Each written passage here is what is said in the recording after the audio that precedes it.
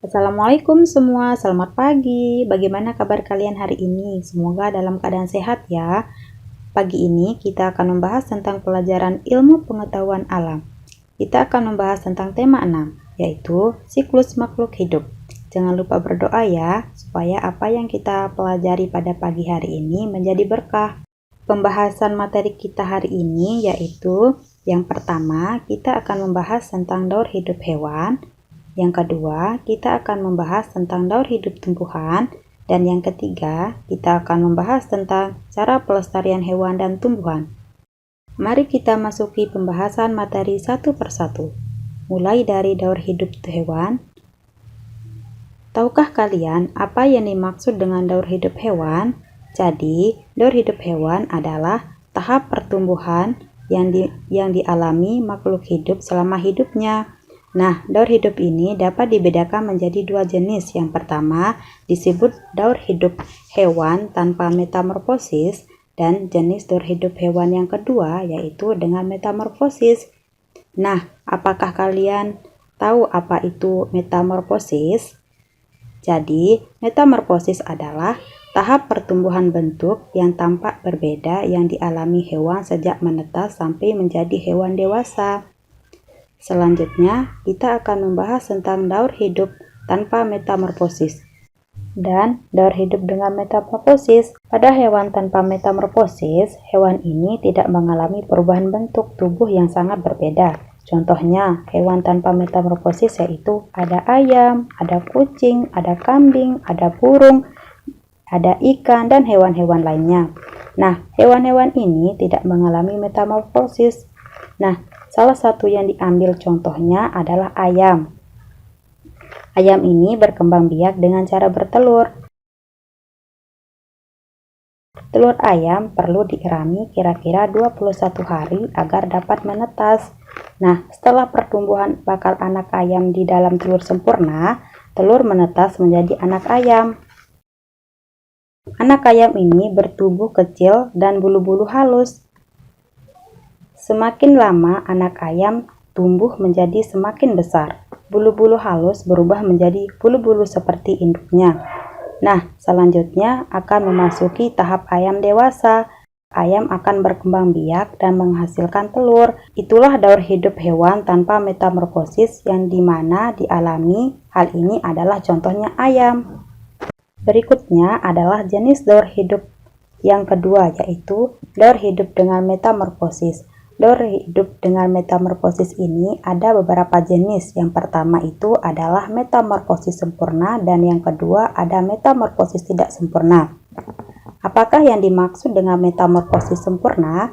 Metamorfosis sempurna adalah bentuk tubuh hewan saat lahir sangat berbeda dengan bentuk dewasanya. Sedangkan metamorfosis tidak sempurna adalah bentuk tubuh hewan saat lahir tidak terlalu berbeda dengan bentuk dewasanya. Nah, itulah perbedaan metamorfosis sempurna dengan metamorfosis tidak sempurna. Selanjutnya, kita akan membahas tentang contoh hewan dengan metamorfosis sempurna. Nah, ada beberapa hewan yang mengalami metamorfosis sempurna. Contohnya yaitu ada kupu-kupu, ada lalat, dan juga nyamuk. Berikut ini akan diberikan contoh salah satu daur hidup metamorfosis sempurna, yaitu pada kupu-kupu. Daur hidup kupu-kupu dimulai dari telur. Telur kupu-kupu biasanya ada di permukaan daun, kemudian telur ini akan menetas menjadi ulat.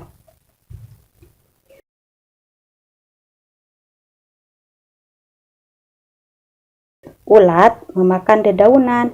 Nah, nantinya ulat ini akan mengeluarkan semacam benang sutra untuk melekat pada daun atau batang. Lalu, ulat melepaskan kulitnya dan akhirnya akan berubah menjadi kepompong. Kepompong memiliki kulit keras. Nah, setelah melewati masa kepompong akan menetas hingga menjadi kupu-kupu. Nah, itulah daur hidup hewan merupakan contoh metamorfosis sempurna. Selanjutnya, kita akan membahas contoh hewan dengan metamorfosis tidak sempurna. Nah, ada banyak jenis hewan yang mengalami metamorfosis tidak sempurna. Beberapa di antaranya yaitu yang pertama ada capung, kemudian ada kecoa, dan juga ada belalang. Nah, di sini akan diberikan salah satu contoh dari metamorfosis tidak sempurna, yaitu pada belalang. Tahukah kalian, daur hidup belalang dimulai dari tahap telur lalu menetas menjadi belalang muda yang bentuknya mirip belalang dewasa. Akan tetapi, belalang muda belum memiliki sayap. Kalian bisa perhatikan pada gambar belalang tersebut belum memiliki sayap. Kemudian, belalang muda akan berganti kulit beberapa kali dan akhirnya tumbuh menjadi belalang dewasa. Nah, ini merupakan tahap telur nimpa 1, nimpa 2, dan akhirnya menjadi belalang dewasa. Nah, itulah daur hidup metamorfosis tidak sempurna pada belalang. Ayo mencoba. Perhatikan daur hidup kupu-kupu dan daur hidup belalang. Sebutkan perbedaan daur hidup kupu-kupu dan daur hidup belalang. Daur hidup kupu-kupu mengalami perubahan di setiap tahapannya. Sementara itu, tidak semua tahap dalam daur hidup belalang mengalami perubahan. Kupu-kupu mengalami metamorfosis sempurna, sebaliknya belalang mengalami metamorfosis tidak sempurna.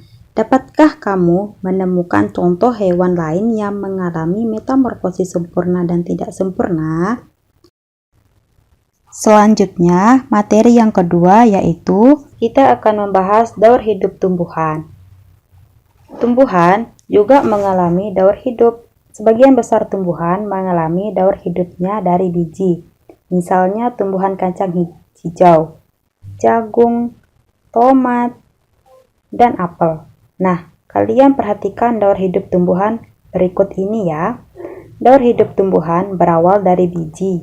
Biji tumbuhan dapat tumbuh dengan baik jika jatuh di tanah yang lembab. Nah, biji ini akan menyerap air sehingga kulit biji pecah. Dari dalam biji akan muncul akar dan tunas. Kemudian, biji lalu tumbuh menjadi kecambah. Nah, pada tahap ini disebut dengan kecambah. Kecambah akan terus tumbuh menjadi tumbuhan muda. Tumbuhan muda yang sudah memiliki daur dapat melakukan fotosintesis. Kalian tahu bahwa fotosintesis itu adalah proses pembuatan makanan pada tumbuhan. Kemudian, tumbuhan ini akan berkembang menjadi tumbuhan dewasa. Tumbuhan dewasa nantinya dapat menghasilkan bunga dan juga biji. Biji yang jatuh ke tanah yang lembab akan tumbuh kembali menjadi tumbuhan yang baru. Nah, itulah tahap daur pada hidup tumbuhan. Selanjutnya, kita sudah membahas tentang daur hidup hewan dan juga daur hidup tumbuhan. Ayo mengamati.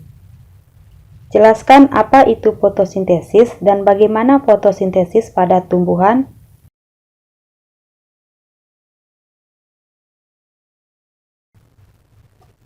Sekarang kita akan membahas tentang bagaimana cara melestarikan hewan dan tumbuhan. Keberadaan hewan dan tumbuhan perlu kita lestarikan agar tidak punah. Nah, adapun caranya yaitu yang pertama, dengan melestarikan hewan dan tumbuhan langka, pelestarian dapat kita lakukan secara in situ atau dilakukan di habitat asli hewan dan tumbuhan.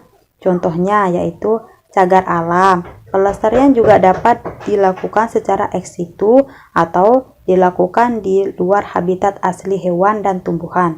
Contohnya yaitu tempat penangkaran. Nah, adapun contoh hewan langka yaitu yang pertama ada burung cendrawasih, ada burung jalak Bali, badak berculah 1, harimau Sumatera, komodo, dan orangutan. Sedangkan tumbuhan langka contohnya ada bunga rafflesia dan ada bunga cendana. Kemudian cara yang kedua yang dapat kita lakukan yaitu dengan cara mengembangbiakkan hewan dan tumbuhan. Yang terakhir yaitu menetapkan undang-undang perlindungan hewan dan tumbuhan.